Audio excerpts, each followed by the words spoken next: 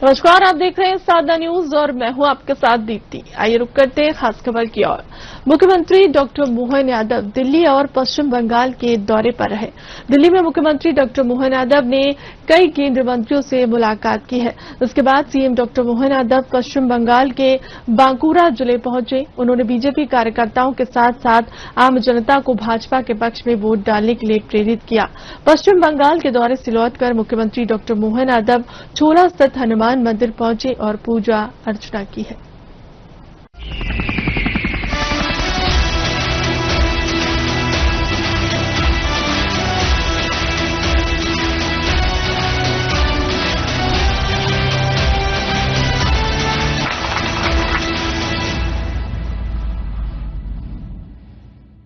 मुख्यमंत्री डॉक्टर मोहन यादव ने नई दिल्ली में केंद्रीय मंत्रियों और राज्य के संसद सदस्यों से मुलाकात कर प्रदेश के विकास संबंधी योजनाओं पर चर्चा की।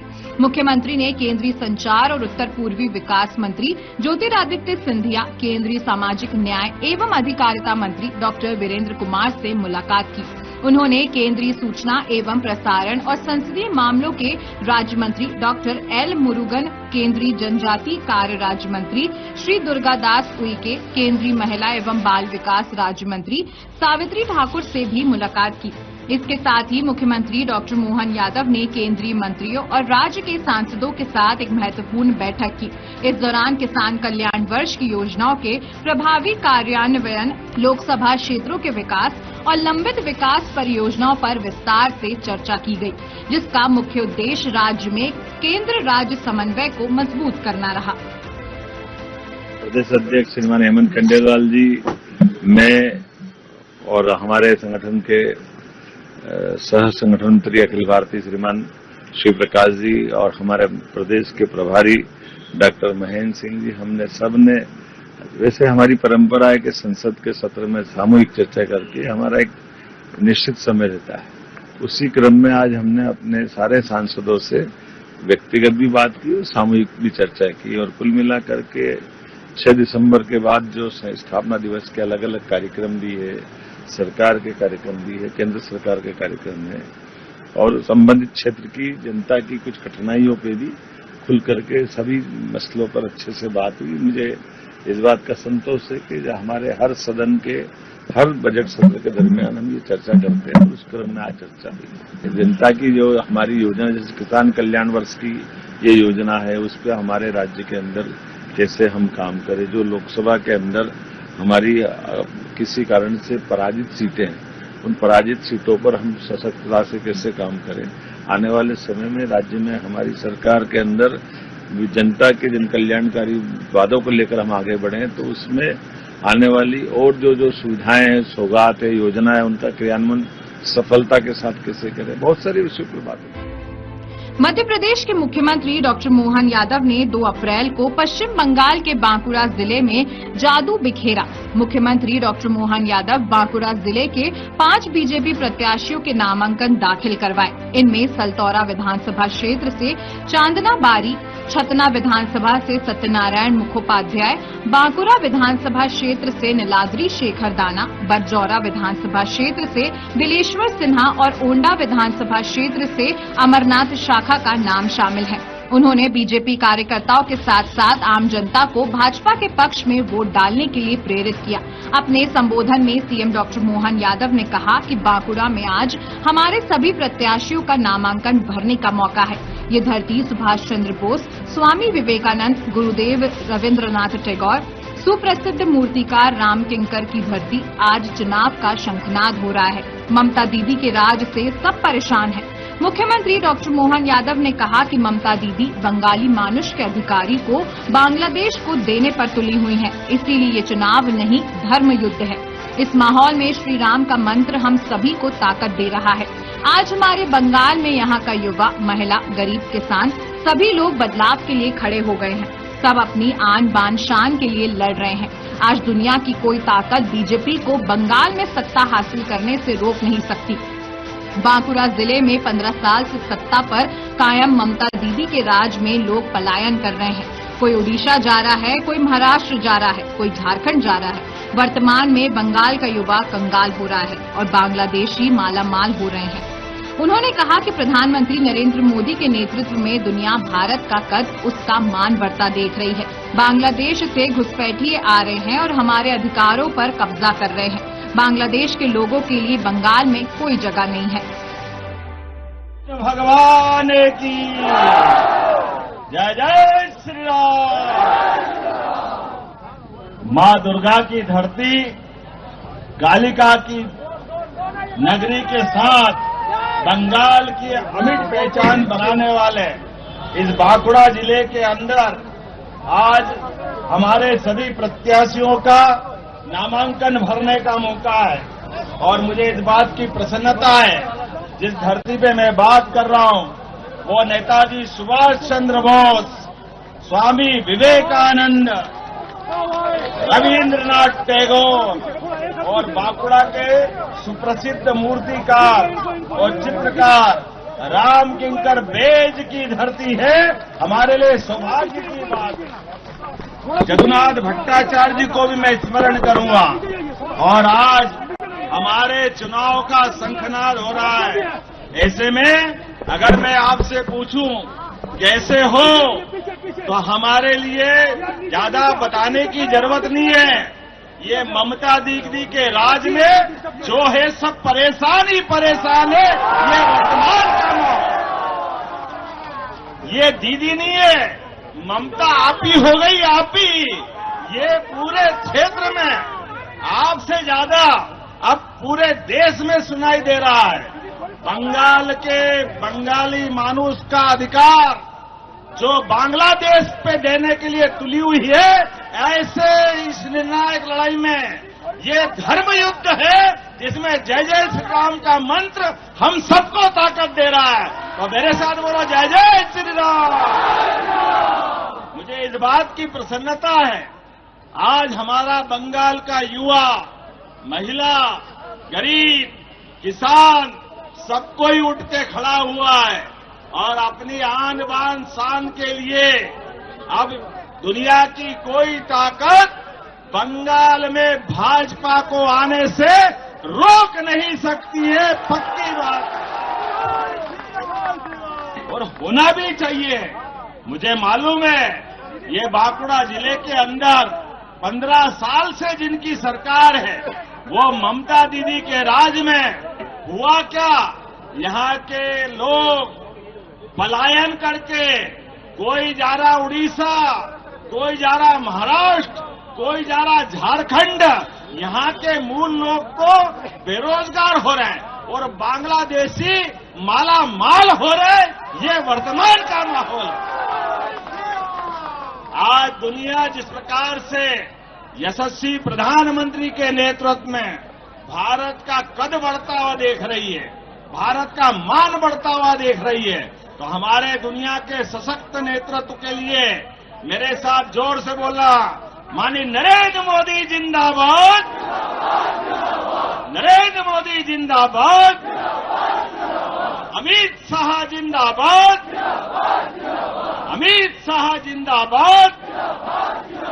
आप बताइए, ये बॉर्डर के इलाके में अगर बांग्लादेशी घुसपैठिए आ रहे हैं और यहां आकर के हमारे अधिकारों पे कब्जा कर रहे हैं, तो ये चुनाव इस बात का है कि एक तरफ देशभक्त लोग और एक तरफ विदेशी घुसपैठिए ये आकर के हमारे हक पे कब्जा कर रहे हैं। ऐसे में ये बांग्लादेश के अंदर देशी और विदेशी की लड़ाई चल रही है।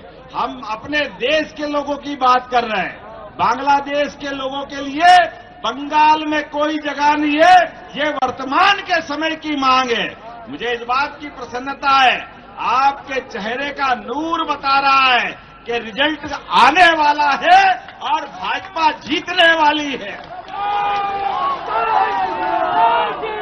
और मुझे इस बात की प्रसन्नता है, हमारे नेता के नेतृत्व में जो हमारी अपनी पार्टी की भावना है वो है सबका साथ और सबका विश्वास, सबका प्रयास।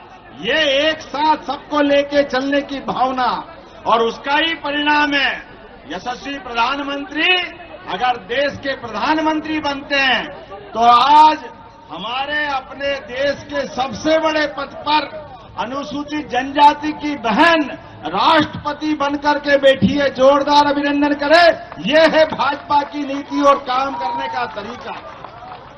वामपंथी, कांग्रेस, ममता की पार्टी, इन्होंने कभी एससी एसटी को महत्व नहीं दिया, लेकिन हमारी पार्टी ने द्रौपदी मुर्मू जी को राष्ट्रपति बनाया। उसके पहले एससी के हमारे रामनाथ कोविंद जी को राष्ट्रपति बनाया। ये हमारी पार्टी के काम करने का तरीका है। हमारे बीच जाति को लेकर के सबका साथ, सबका विकास केवल बोलने के लिए नहीं, लेकिन मुझे इस बात की प्रसन्नता है, गरीब से गरीब आदमी की जिंदगी में भी बेहतरी के लिए अगर घर का पक्का मकान देने का कलेजा किसी का है तो भारतीय जनता पार्टी का है। हमें इस बात की प्रसन्नता है। आज हमारे देश के अंदर गरीब आदमी को पक्का मकान, राशन की दुकान से पूरा राशन फ्री, और इतना ही नहीं 40% हमारे गरीब लोगों के मकान बन रहे हैं। मुझे इस बात की प्रसन्नता है, स्टैंड अप योजना के माध्यम से 10 लाख से 1 करोड़ तक के लोन एससी एसटी को मिले। 25 करोड़ लोग गरीबी रेखा से बाहर आए। जोरदार अभिनंदन करो मोदी जी का। यह है काम करने का तरीका।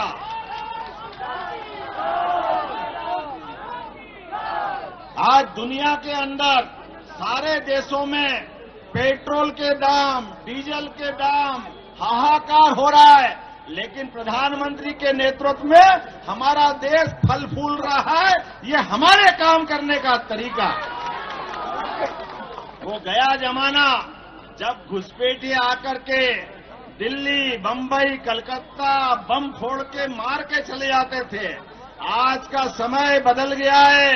अब पाकिस्तान को भी घर में घुस के हमारे आतंकवादी पर हमले करने वाले लोगों के लिए हिसाब चुकता करने के लिए हमारी सेना सक्षम अगर हुई है तो उसका कारण है 56 इंच के सीने वाले नरेंद्र मोदी जी की सरकार और उनका काम करने का तरीका। मुझे इस बात की प्रसन्नता है। आज कभी कल्पना करो, यहां ममता दीदी ने 77 समुदाय ओबीसी लिस्ट में, उसमें 77 जातियां भी मुस्लिम जोड़ दी। हिंदू का सवाल ही नहीं उठता। अरे वोट के लिए ऐसा क्या पागलपन? केवल एक धर्म दिख रहा है, बाकी धर्म का कोई लेना देना नहीं। लेकिन कोई बात नहीं, मुझे इस बात की प्रसन्नता है, जिस प्रकार का समय चल रहा है, बंगाल के लोगों ने कसम खाई है और आने वाला समय बता रहा है।